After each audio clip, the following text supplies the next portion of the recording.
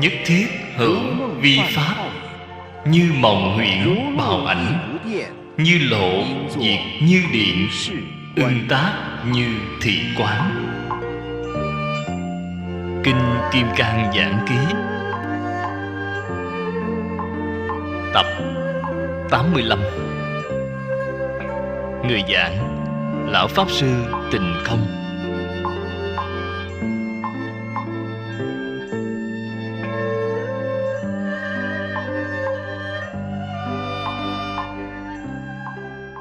Phật ở chỗ này nói sanh thực tướng. Thực tướng làm gì có sanh với không sanh? Thực tướng không có sanh hay không sanh? Tại vì sao lại nói một chữ sanh vậy? Thực tướng quả thật sự là không có sanh hay không sanh. Nhưng mà phần trước bạn chưa có thể nhận ra được. Thực tướng là ở phần trước bạn chưa có thấy ra, bạn chưa thể hội được. Nguyên nhân do đâu vậy? Bởi vì bạn có phân biệt chấp trước. Hiện nay bạn đem phân biệt chấp trước thảy đều buông xả hết, thì thực tướng này hoát nhiên thấy rõ ràng. Cái ý này liền gọi là sanh. Vì vậy cái sanh này vẫn là không sanh, chứ hoàn toàn không phải thật sự có cái thực tướng sanh ra.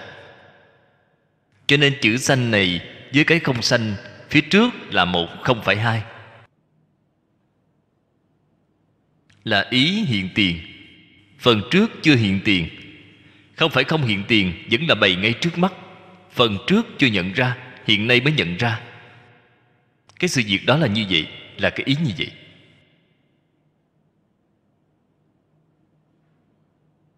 Thí dụ bản Kinh Kim Cang này đã bày ngay trước mắt chúng ta. Chúng ta đã nhìn thấy Kinh Kim Cang từ lâu rồi, nhưng mà trong Kinh Kim Cang nói gì thì không biết. Không biết cái lợi ích của Kinh Kim Cang. Xem nó như một cuốn sách thông thường, cũng không quan tâm đến nó. Hiện nay xem lại bỗng nhiên nhìn thấy kinh này hay như vậy. Đây chính là ý nghĩa của hiện tiền. Không phải mới đạt được, vốn dĩ đã có, vốn dĩ đã hiện tiền. Hiện tiền mà không biết, hiện nay bỗng nhiên biết nó rồi, là cái ý như vậy. Giữ tiền sanh thanh tịnh tâm ý đồng, thủy giác giả. Vô dĩ danh chi, giả danh viết sanh nhĩ. Có thể thấy Phật thuyết Pháp, mỗi câu cũng đều là Pháp phương tiện. Bất đắc dĩ mới lập một cái danh từ như vậy. Nên biết rằng mọi danh từ đều là giả lập, đều không có thật nghĩa, đều là giả lập. Phật dùng cái phương pháp này khuyên dạy chúng ta minh tâm kiến tánh. Dụng ý là ở chỗ này. Thủy giác, cái danh từ này ở trong Kinh Đại Thừa rất nhiều, thường hay nhìn thấy. Phật nói với chúng ta ba loại giác.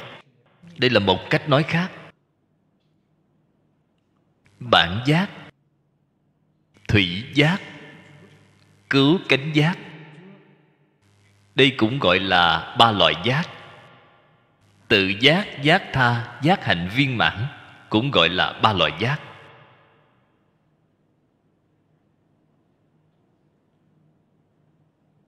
Tự giác, giác tha, giác mãn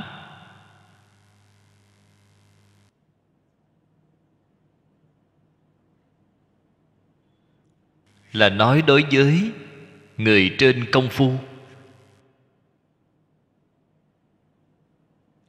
Lệch nặng về phía từ bi. Tự giác là từ bi đối với bản thân. Giác tha là từ bi đối với chúng sanh.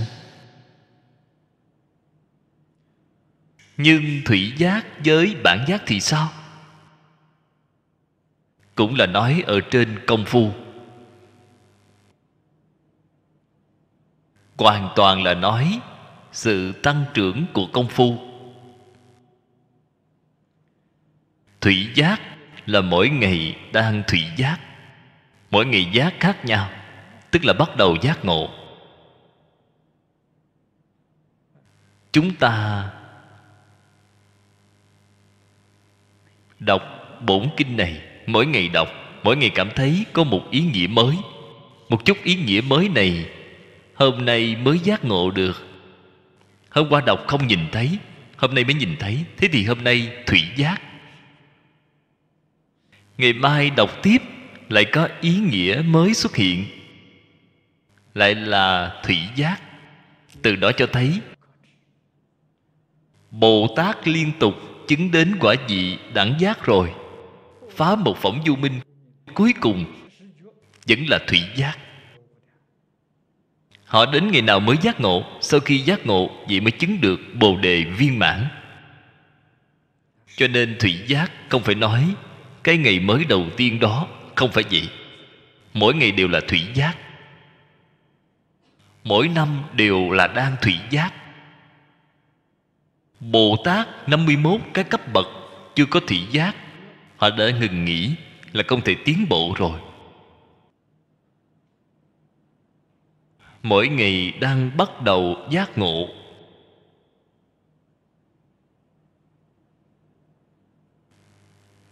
Đây là một cái danh từ của công phu tu hành đắc lực.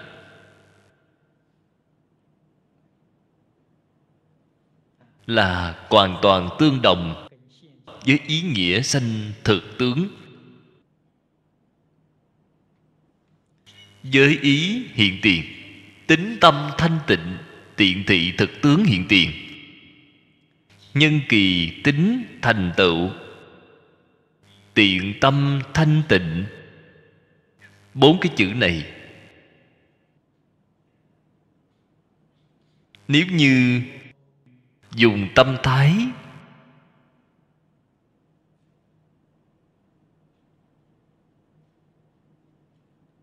rất bình thường để nhìn nó, thì bạn không thể thấy ra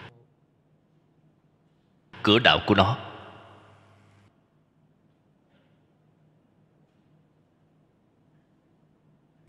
Bốn chữ này quan hệ với sự tu hành của chúng ta vô cùng lớn.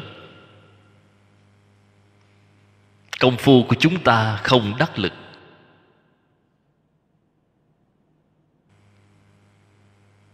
niệm Phật không đắc lực, nghiên cứu kinh giáo không đắc lực. Trong cuộc sống có phiền não,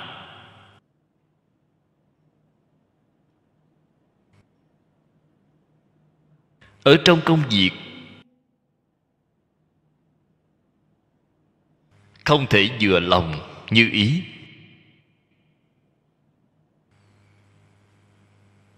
Bạn muốn hỏi cái nguyên nhân đó do đâu vậy?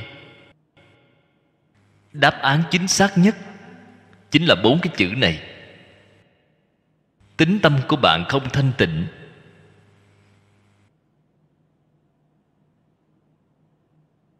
cho nên bạn mới bị những điều bất như ý này.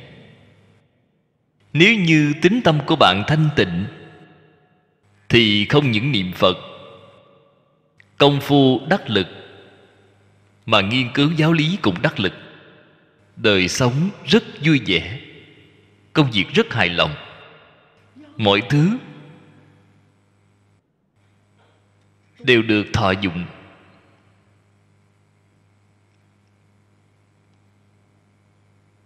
Một câu này quan hệ lớn biết bao.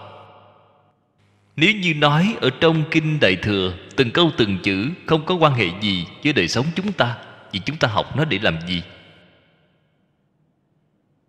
Nếu như không có quan hệ thì Phật sẽ không rảnh để nói lời vô nghĩa. Phàm phu chúng ta thường nói lời vô nghĩa.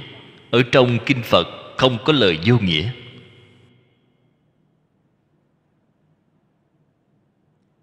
cần phải biết Thế Tôn vì chúng ta thuyết pháp 49 năm. 49 năm là thời gian rất ngắn.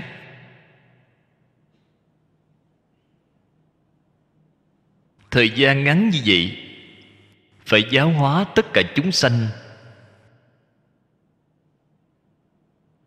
chính pháp giới, có thể khiến tất cả chúng sanh ai ai cũng được lợi ích, thì 49 năm là thời gian rất ngắn.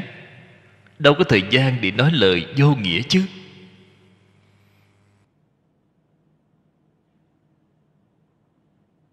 Những chân tướng sự thật này chúng ta cũng cần phải biết.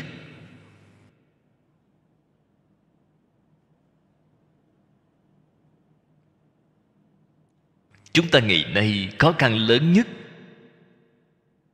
chính là không có tín tâm.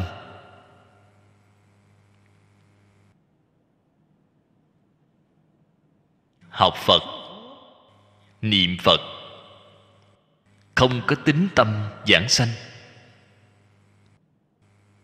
Hỏi bạn giảng sanh Tây Phương Tịnh Độ có phần nắm chắc không? Không chắc chắn. Không có tín tâm.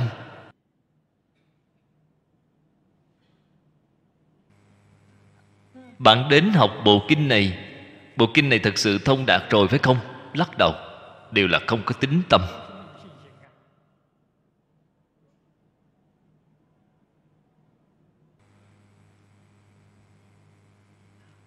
Hỏi đời sống của bạn có tốt không? Công việc có hài lòng không? Đều lắc đầu, đều không có tín tâm. Cái đời sống này sống quá khổ rồi.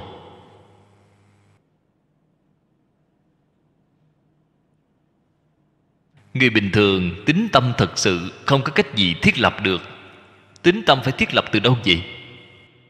Nếu không gặp được Phật Pháp, thế thì khó rồi. Quá khó rồi. Gặp được Phật Pháp, gặp được rồi mà không hiểu cũng vô ích.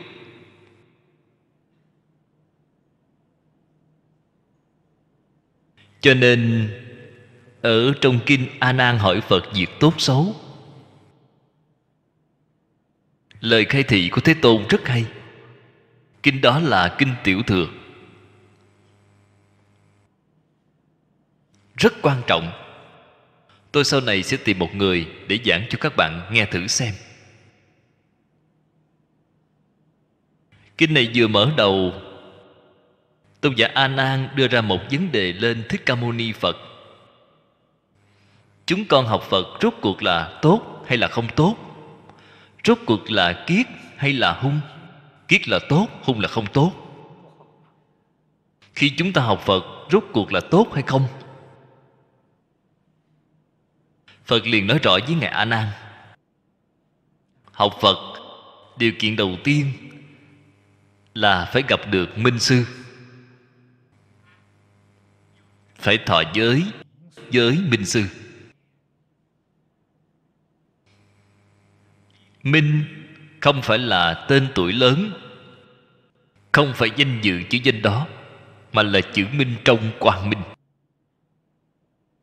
Sở dĩ cái âm này như nhau mà chữ khác nhau, ý nghĩa cũng không như nhau. Tên tuổi lớn không nhất thiết là hữu ích. Thật sự có tu hành, đương nhiên người có chứng quả thì cái đó không có gì để nói. Người chưa chứng quả thật sự có tu hành, cần gặp được vị thầy như vậy. Thọ là tiếp nhận, giới là giáo giới, cần tiếp nhận giáo giới của vị thầy tốt, là điều kiện đầu tiên. Cho nên không có thiện tri thức đích thực đến giúp đỡ bạn. Gặp được kinh điển không hiểu, không có cách gì. Trong Đại Trí Độ Luận Kinh Hoa Nghiêm cũng có nói, Phật Pháp không có người diễn thuyết, tuy trí cũng không thể hiểu được. Người thông minh trí tuệ thế gian không có cách gì giải thích kinh Phật được. Bạn thử nghĩ tại sao không có phương pháp hiểu được kinh Phật vậy? Kinh phải lìa tướng ngôn thuyết, lìa tướng danh tự, lìa tướng tâm duyên. Thế gian người thông minh trí huệ tuyệt đỉnh, họ chưa có lìa tướng.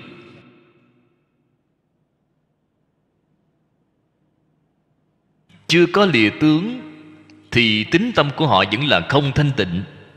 Thực tướng của họ chưa có hiện tiền, thì họ làm sao có thể nói cảnh giới của Phật được? Đạo lý là ở chỗ này.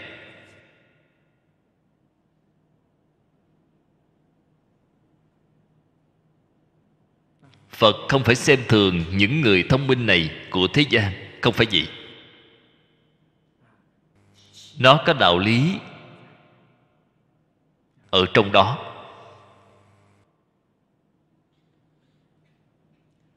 Như thế chúng ta xây dựng tín tâm. Kinh luận Tịnh Tông hay, kinh điển Đại Thừa Liễu Nghĩa hay, giống như kinh Kim Cang,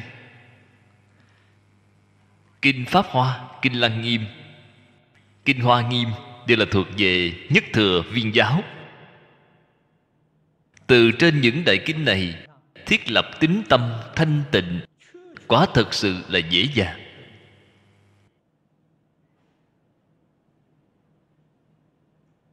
Thẳng tắc vững vàng.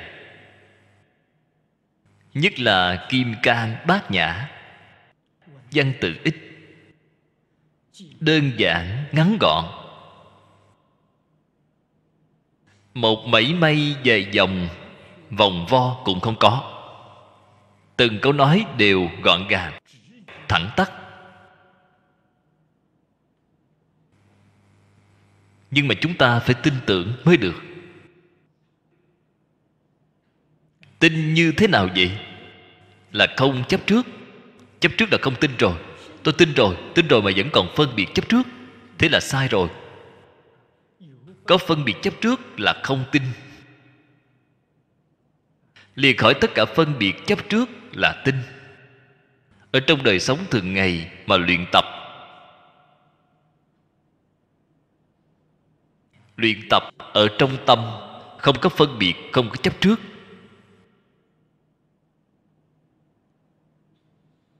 Khi tiếp xúc với đại chúng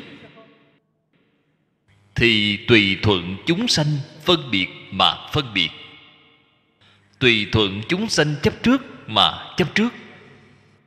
Bản thân có chấp trước hay không vậy? Quả thật không có chấp trước. Có phân biệt hay không vậy? Quả thật không có phân biệt. Bởi vì các bạn phân biệt nên tôi phân biệt với các bạn. Các bạn chấp trước, tôi mới chấp trước với các bạn. Đây mới gọi là hằng thuận chúng sanh tùy hỷ công đức. Ở trong tùy hỷ thành tựu công đức là gì vậy? Công đức là tâm địa thanh tịnh, không có phân biệt chấp trước là công đức. Khi tùy hỷ cần có thể tùy theo tất cả chúng sanh. Vì vậy Phật Pháp ở thế gian nhưng không ngoại tướng thế gian.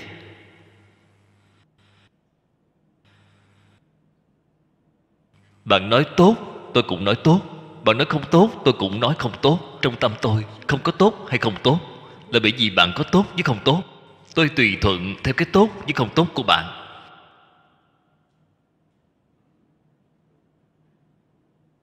Ở trong tâm thật sự có cái tốt với không tốt, thế là hỏng rồi, thế là sai rồi. Thế là không phải tu Kim Cang Bát Nhã, là không phải đệ tử Phật.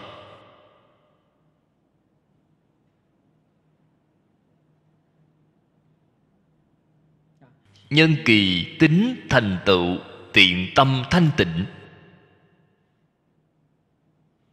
Có thể thấy cái tiêu chuẩn của tính thành tựu này là phải tâm thanh tịnh thì tính mới thành tựu.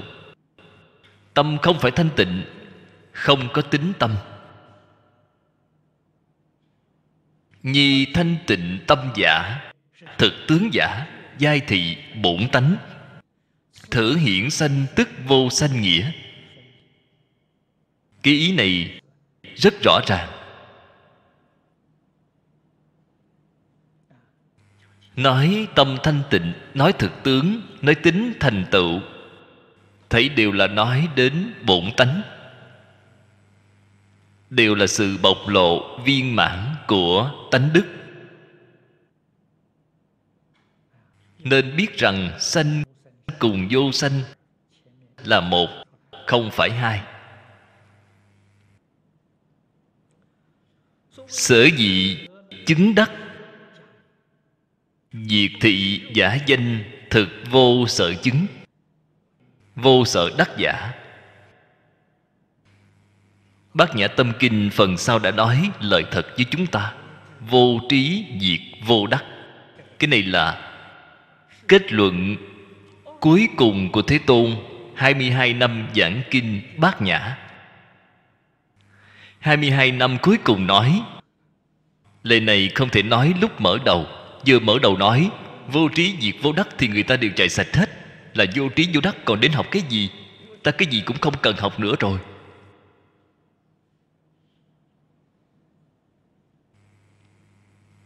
Họ không biết rằng vô trí là trí huệ viên mãn, là trí huệ chân thật. Ở trong tâm bạn có cái có trí là sai rồi. Nói lời rất thành thật, Phật thuyết pháp cũng thật khó cho Ngài rồi, thật không dễ dàng. Phật nói chữ vô trí, nếu bạn chấp trước vô trí, thế thì bạn sai rồi. Phật nói chữ vô đắc, bạn cũng chấp trước thực sự vô đắc, thì bạn lại sai nữa rồi.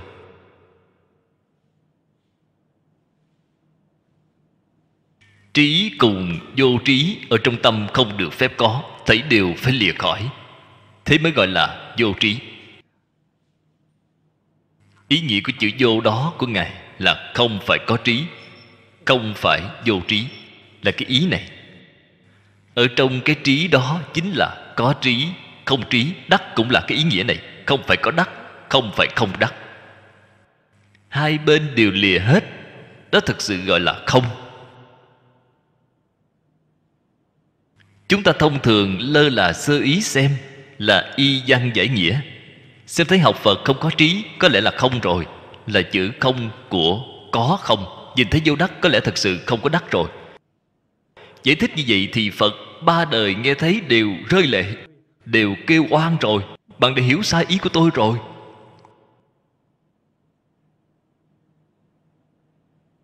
Không lập hai bên, không giữ trung đạo, thì tâm thanh tịnh hiển lộ viên mãn. Ở trong tâm thanh tịnh có vô lượng trí huệ, có vô lượng đức năng, thảy đều hiện tiền. Vô lượng trí huệ, vô lượng đức năng là cái vốn dĩ đầy đủ ở trong tâm thanh tịnh. Cho nên nói vô trí vô đắc. Trí huệ là vốn dĩ đầy đủ, không phải có được từ bên ngoài. Dạng đức dạng năng là vốn dĩ đầy đủ, cũng không phải có được từ bên ngoài.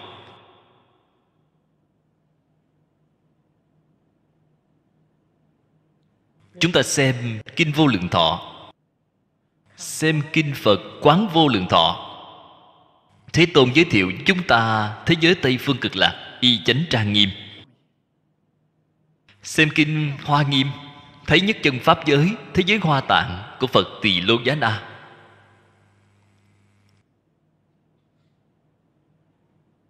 Và nếu bạn so lại với Tâm Kinh, cái này không đúng. Tâm Kinh nói vô trí diệt vô đắc, sau đó là đại trí huệ. Phước báo lớn đó đều hiện tiền rồi vậy. Tâm Kinh nói vô trí vô đắc chính là cái cảnh giới đó.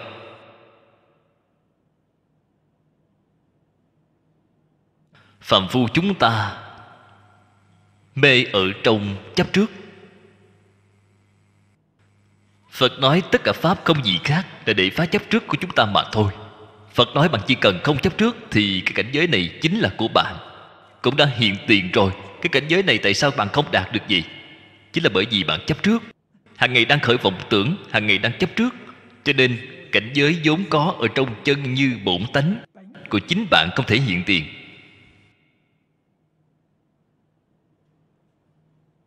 Đây là lời mà trong Phẩm Xuất Hiện nói: nhất thiết chúng sanh giai hữu Như Lai trí huệ đức tướng, đáng dĩ vọng tưởng chấp trước nhi bất năng chứng đắc. Bát Nhã là thẳng tắc phá vọng tưởng chấp trước.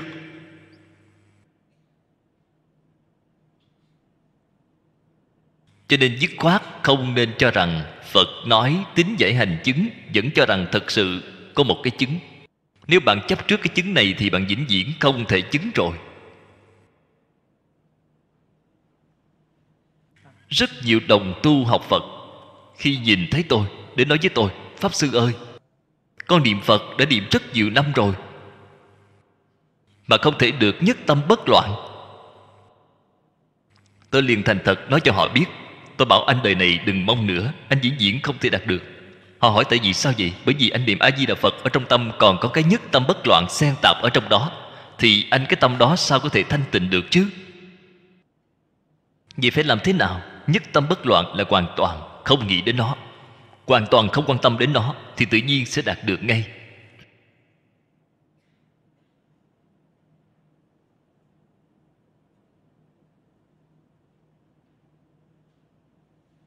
Rất nhiều người không hiểu được cái đạo lý này.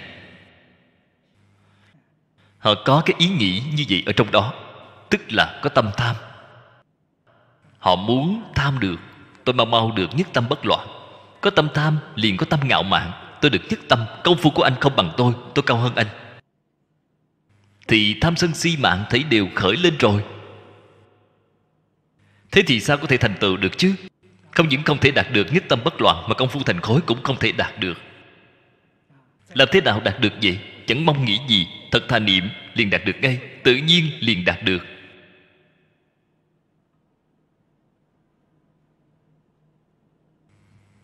Cho nên người niệm Phật chân chánh được nhất tâm bất loạn thì những cụ bà dưới quê đó rất nhiều. Họ không biết chữ, họ cũng không hiểu giáo lý. Bạn hỏi họ cái gì cũng không biết. Họ từ sáng đến tối A-di-đà Phật, A-di-đà Phật, A-di-đà Phật. Họ được nhất tâm bất loạn. Họ không nói cho bạn biết tôi được nhất tâm bất loạn. Họ không có cái ý nghĩ này. Họ thực sự được nhất tâm rồi. Cho nên họ giảng sanh rất tự tại. Họ thực sự được nhất tâm rồi. Người đáng thương nhất chính là chúng ta, phần tử tri thức thông thường này. Đọc sách càng nhiều thì càng tệ hại. Đọc đến mức nghĩ ngợi lung tung đầy trong đầu. Người thế gian này rất ngưỡng mộ người đọc sách nhiều. Phật đây nhìn thấy càng nhiều càng tệ hại. Kinh xem nhiều cũng hỏng, càng xem nhiều càng tệ hại. Cho nên ở trong các buổi giảng tôi cũng đã từng nói, Kinh Tạng mà Thế Tôn nói trong 49 năm, đó gọi là mê cung. Từ xưa đến nay, bao nhiêu các bậc đại đức xuất gia, tại gia nghiên cứu giáo lý này, đã vào cái mê cung này. Người có thể đi ra được không nhiều, đều bị mê ở trong đó. Cho nên nói chết ở trong giáo rất đáng thương. Sắp chết vẫn chấp trước, vậy là vô phương rồi. Sắp chết cũng không chịu niệm Phật, vậy thì có cách gì chứ? Họ chấp trước, vọng tưởng phân biệt chấp trước. Cho nên phải biết rằng những lời này của Phật đều là những giả danh.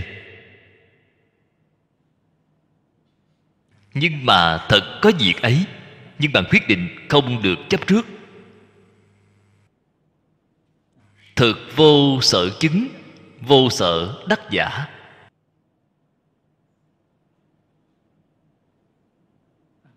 Xem ngược trở lại, thật có sở chứng, thật có sở đắc.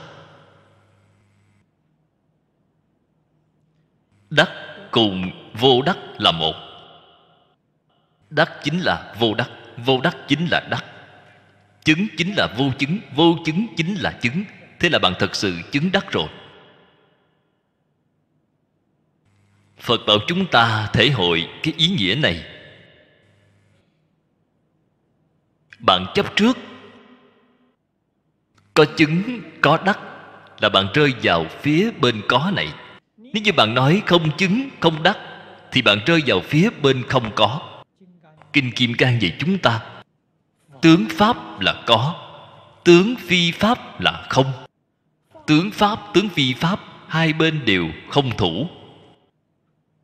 Đó liền gọi là thực vô sở chứng, thực vô sở đắc. Cho nên thực vô sở chứng, thực vô sở đắc, ở cái chỗ này là hai bên đều không chấp trước. Phải hiểu cái ý này. Cái này là chỗ khó của kinh Phật. Cho nên nói Phật Pháp vô nhân thuyết, tuy trí mạt năng giải. Họ cần phải hai bên đều không chấp trước. Đây mới là nghĩa chân thật của Phật. Bất đảng thử giả, sở dĩ tính tâm thanh tịnh giả, diệt tha nhân dân nhiên. Tính tâm thanh tịnh là người khác nói.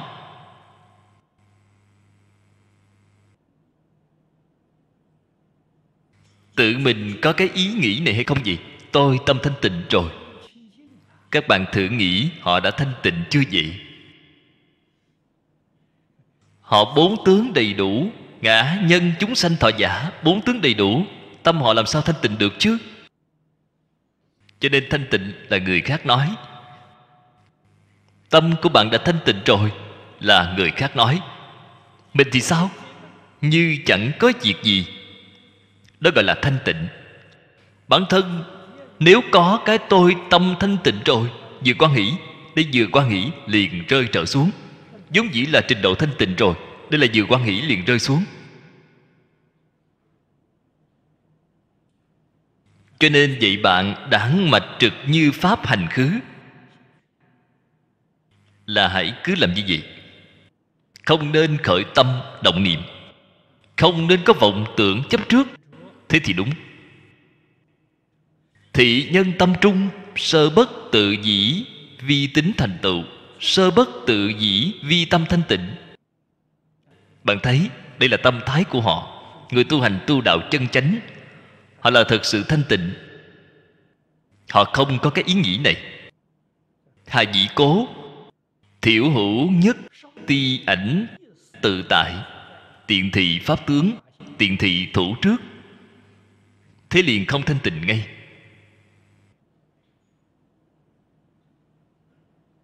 Phải hạ công phu ngay chỗ này.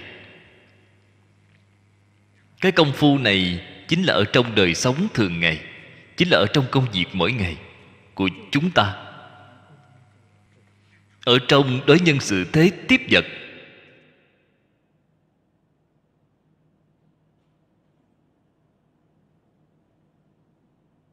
Mọi lúc mọi nơi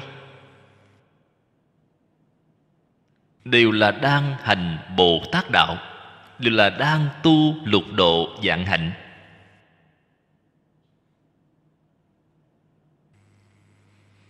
Mặc áo ăn cơm đều là như vậy.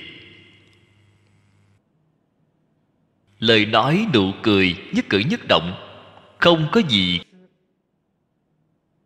không phải lục độ Bồ Tát. Mười nguyện phổ hiền,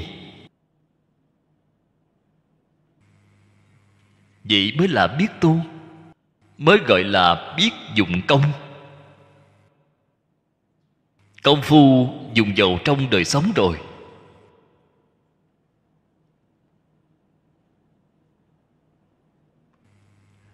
Đệ nhất hy hữu, đệ nhất thức thị chánh đẳng, ngôn kỳ ký chánh giác, phục bình đẳng giả. Đệ nhất hy hữu, chánh đẳng chánh giác là biệt hiệu của Bồ Tát Đại Thừa. Bậc thánh tiểu thừa, A La Hán, Phật Bích Chi xưng là chánh giác, nhưng mà chưa có chánh đẳng. Họ là giác ngộ, không có sai, thật sự là giác ngộ rồi. Kiến tư phiền não đoạn rồi.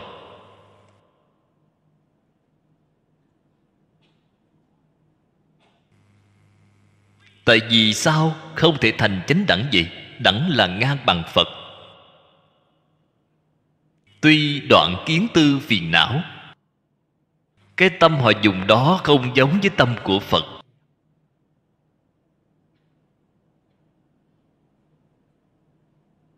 không giống ở điểm nào vậy? Phật dùng chân tâm, họ vẫn là dùng tâm ý thức. A La Hán, Bích Chi Phật, Bồ Tát Huyền Giáo đều là dùng tâm ý thức. Bồ Tát Huyền Giáo này chính là Bồ Tát quả vị tam hiền của biệt giáo, là Bồ Tát quả vị thập tính của viên giáo, chưa kiến tánh. Đều là dùng 8 thức, 51 tâm sở. Họ dùng chánh, họ không tà. Tuy không phải chân tâm, nhưng họ dùng chánh.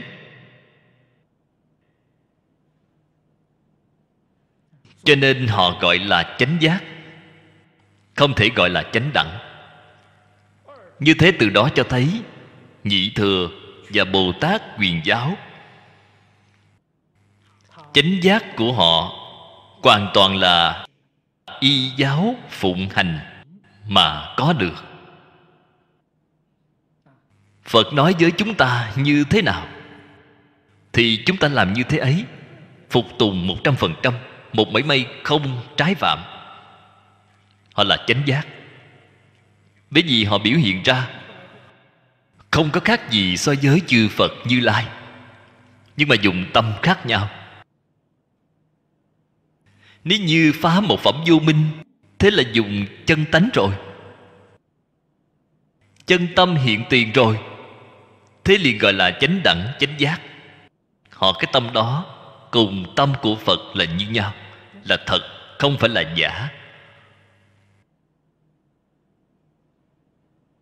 Là giống như ánh trăng buổi tối. Tâm của Phật là trăng 15, là trăng rất tròn đầy. Tâm của Bồ Tát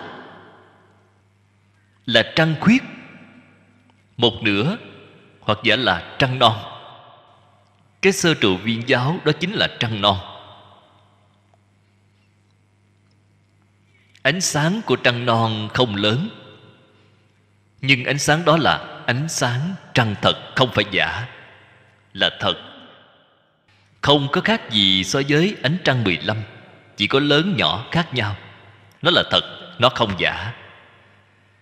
Như thế họ dùng chân tâm, cho nên gọi là chánh đẳng chánh giác. Từ sơ trụ viên giáo đến Bồ Tát đẳng giác, 41 cái cấp bậc đều gọi là chánh đẳng chánh giác.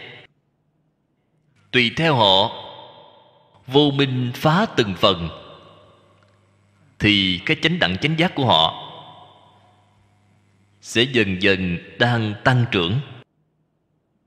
Đến 41 phẩm vô minh phá hết rồi, chứng được quả vị Phật quả rồi, cứu cánh viên mãn rồi, liền gọi là vô thượng chánh đẳng chánh giác. Nghĩa của vô thượng là viên mãn. Cái này chúng ta phải biết.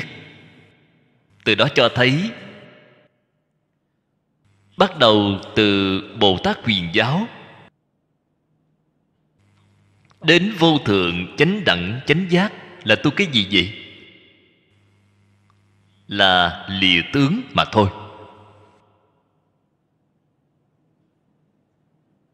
Đều là tu lìa tướng danh tự, lìa tướng ngôn thuyết, lìa tướng cảnh giới, lìa tướng quả báo. Không cầu quả báo. Tại vì sao không cầu vậy? Hơi có một chút xíu cầu thì 4 tướng của bạn đầy đủ rồi.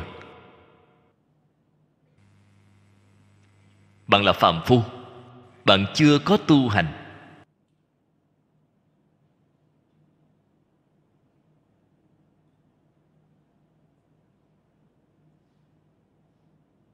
Thật sự ngay cả Bồ Tát Huyền Giáo cũng không bằng. Bồ Tát Huyền Giáo đã thật sự nghe lời rồi, thật sự chịu làm rồi, nhưng cảnh giới chưa đạt được. Nếu như trong tâm chúng ta còn chấp tướng mong cầu, thì Bồ Tát Huyền Giáo cũng không có phần. Đây là điểm chúng ta cần phải nhớ kỹ. Chúng ta niệm Phật cầu giảng sanh, muốn từ vỗ ngực có phần nắm chắc giảng sanh, Bạn dựa vào cái gì? Dựa vào thân tâm thế giới tất cả buông xả rồi. Thế thật sự là có phần nắm chắc. Có một mảy may không buông xả là không được.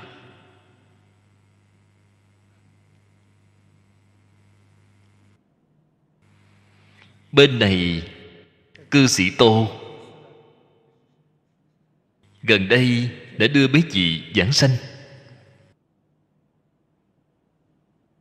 là thời gian khoảng 1-2 tuần trước, có lẽ là 2 tuần, có một bà cụ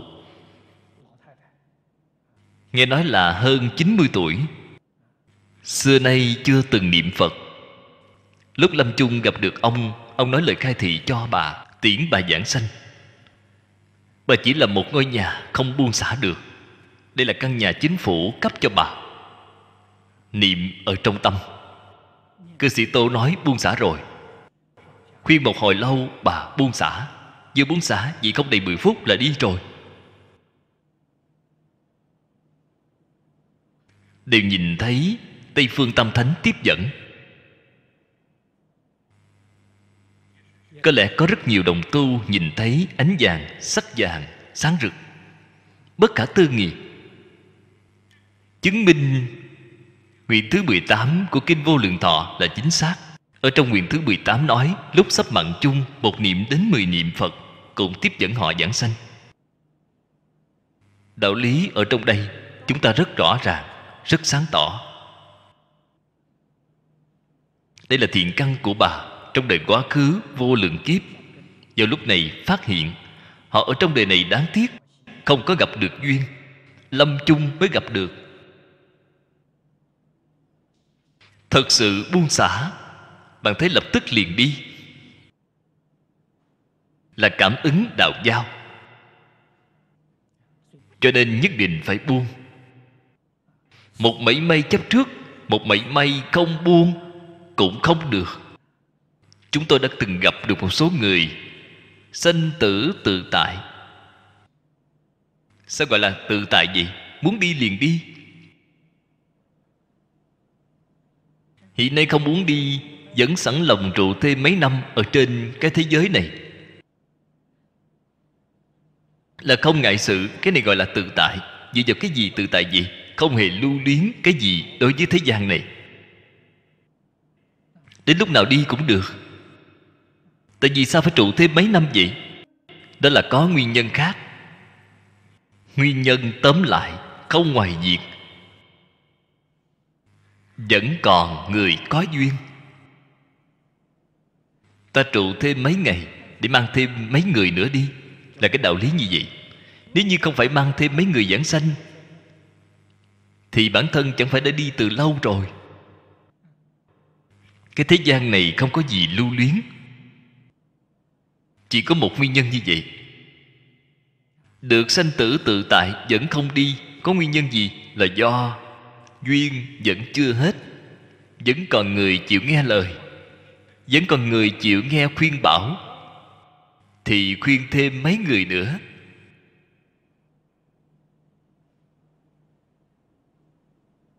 Loại công phu này có khó hay không vậy? Không khó.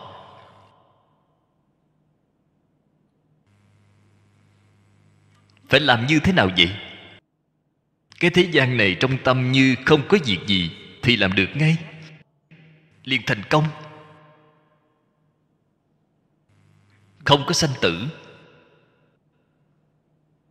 Lúc nào muốn đi liền đi, lúc nào muốn đến thì đến. Đâu có sanh tử. Không có sanh tử. Đây là nói lời chân thật với bạn.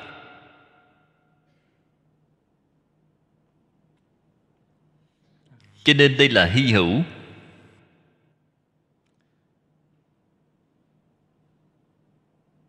Công đức giả, công chỉ tu công, đức chỉ tánh đức.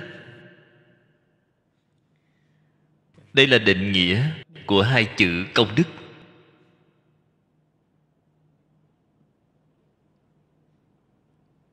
Chúng ta nên biết, hiện tại hai chữ này dùng rất nhiều, nhưng mà rất nhiều người đã hiểu sai, cũng dùng sai, cho rằng đến chùa cúng dường mấy đồng là đã có công đức rồi. Hoặc giả là niệm Phật một chút, đắp y cho Phật, bái sám như vậy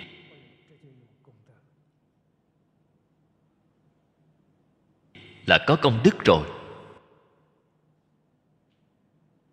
Bạn thử xem cái giải thích này.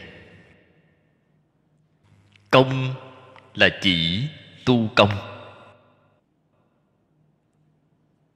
Tu cái gì vậy? Là điều chỉnh cách nghĩ, cách nhìn, cách nói, cách làm sai lầm của chúng ta.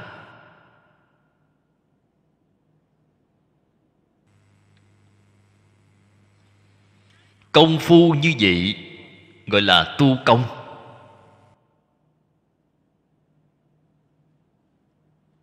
Chúng ta đã bái một thời sám, đại bi sám ngắn, một ngày là bái xong. Nếu như lương hoàng sám phải bái 7 ngày, thủy lục đại sám phải bái rất nhiều ngày. Sau khi bái xong,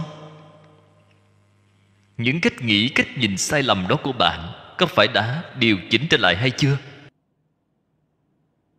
Thật sự điều chỉnh trở lại rồi thì bạn đã có tu công. Bạn có đức hay không, thế thì còn một chuyện khác nữa.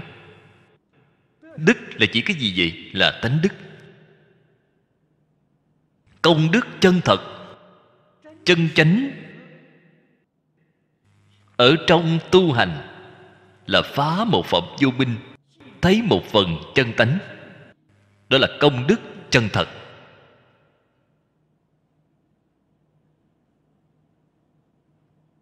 Tham thiền minh tâm kiến tánh là công đức. Niệm Phật được nhất tâm bất loạn là công đức. Cho nên phải biết, ở trong pháp môn niệm Phật mà nói, công đức hạ phẩm là công phu thành khối, công đức trung phẩm là sự nhất tâm bất loạn, công đức thượng phẩm là lý nhất tâm bất loạn. Bạn đã được loại công đức nào rồi? Không phải nói chúng ta làm một số việc tốt tức là công đức. Không có. Đó gọi là phước đức. Phước đức với công đức cần phân rõ ràng. Cho nên năm xưa khi Tổ sư Đạt Ma đến Trung Quốc gặp vua Lương Võ Đế, Lương Võ Đế là vị hộ pháp lớn ở trong cửa Phật chúng ta, là tín đồ Phật giáo Mộ Đạo. Ông dùng địa vị của mình, dùng thế lực của mình xây dựng chùa Phật ở Giang Nam. Ở khu vực do bản thân ông quản lý đã xây 480 ngôi chùa Phật. Ông là hoan hỷ người xuất gia và bạn xuất gia, rồi ông cúng dường. Đã độ bao nhiêu vạn người xuất gia. Tự cho rằng công đức rất lớn rồi. Khi Đạt Ma đến thăm ông liền kiêu hãnh thể hiện bản thân mình với Đạt Ma.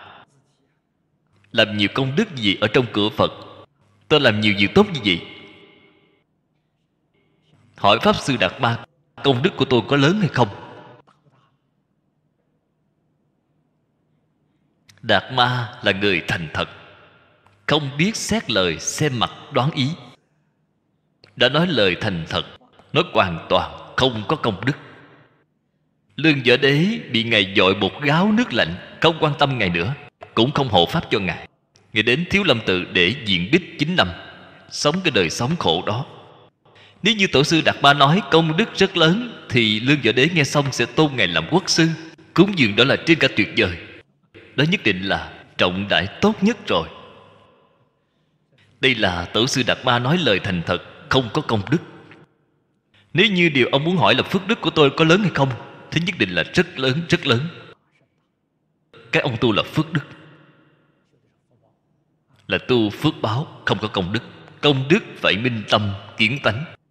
Chúng ta thường nói do giới được định, cái giới đó là công đức. Do định khai huệ, cái định này là công đức.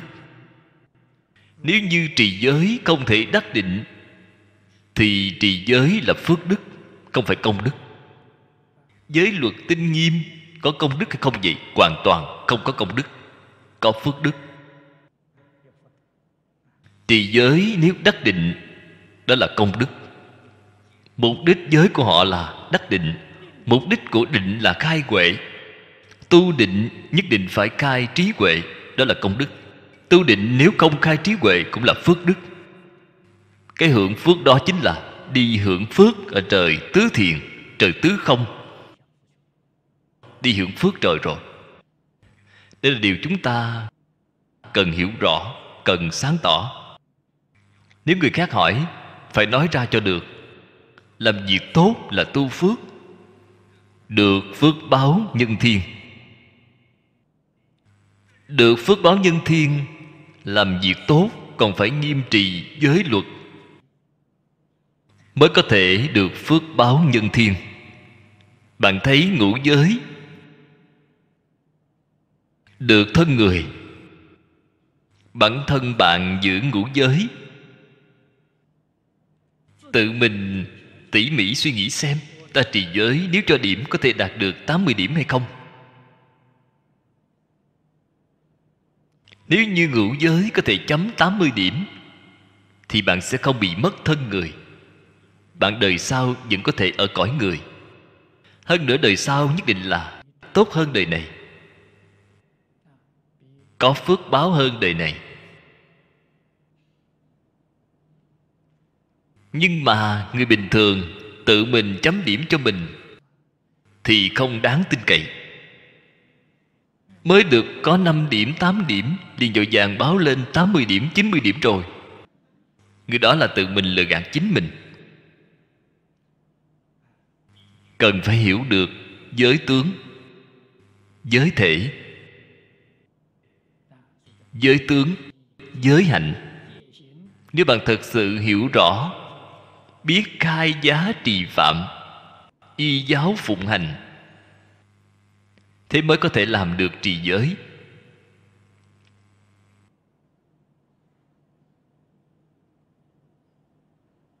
Tự mình trì tịnh giới, không nên quan tâm người khác có trì giới hay không. Nếu quan tâm đến người khác thì sao? Như thế thì bạn chính là tu thiện, nhưng mà thiện cũng không viên mãn, quả báo không tốt lắm. Cũng có thể sanh thiên, cũng có thể đến nhân gian. Tại sao không tốt vậy? Vì trời hay nhân gian đều đi làm Atula. Atula đời trước trì giới tu phước, coi thường người khác, cống cao ngã mạn. Người kia phá giới, coi thường họ. Người kia không trì giới thì chẳng thèm nhìn đến. Họ trì giới tu phước, tâm thái như vậy là biến thành Atula, thì biến thành La Sát. Atula có phước báo lớn. Làm sao có vậy? Là như vậy mà có. Thế thì thử nghĩ bản thân chúng ta trì giới tu phước có phải là tâm thái này hay không?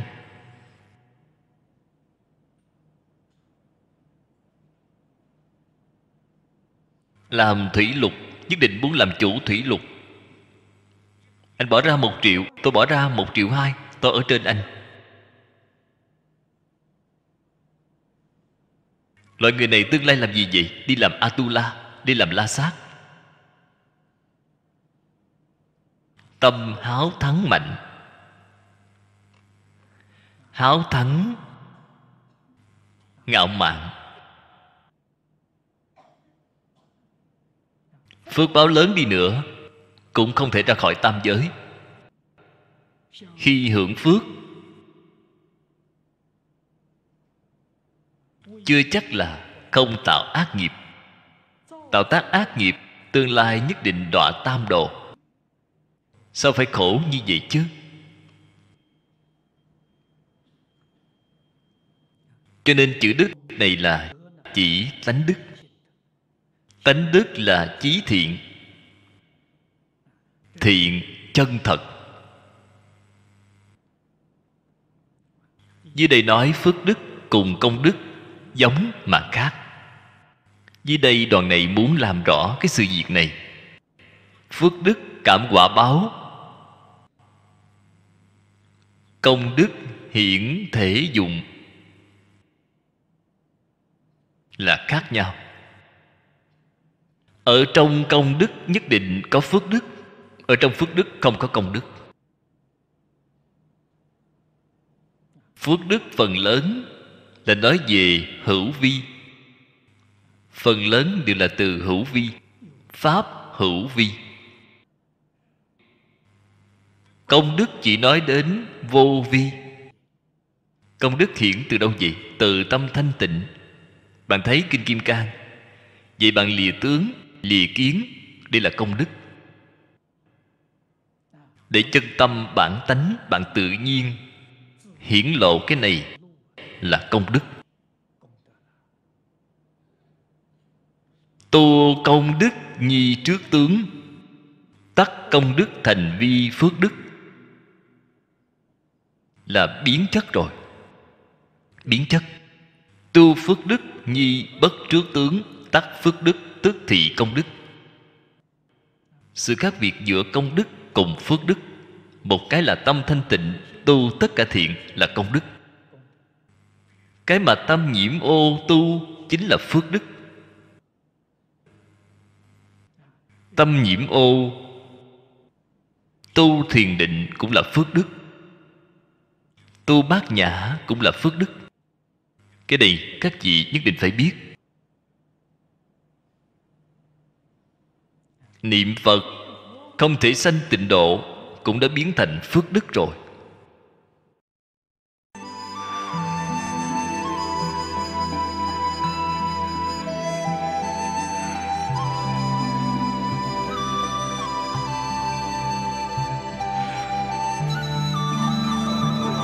Cẩn dịch Viên Đạt Cư Sĩ, Vọng Tây Cư Sĩ, Vọng Tây Cư Sĩ @gmail.com.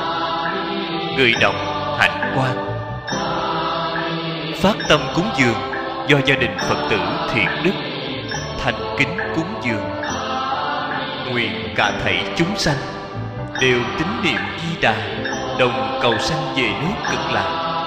Nguyện đem công đức này trang nghiêm cõi nước Phật, trên đền 4 ơn nặng, dưới cứu khổ 3 đường.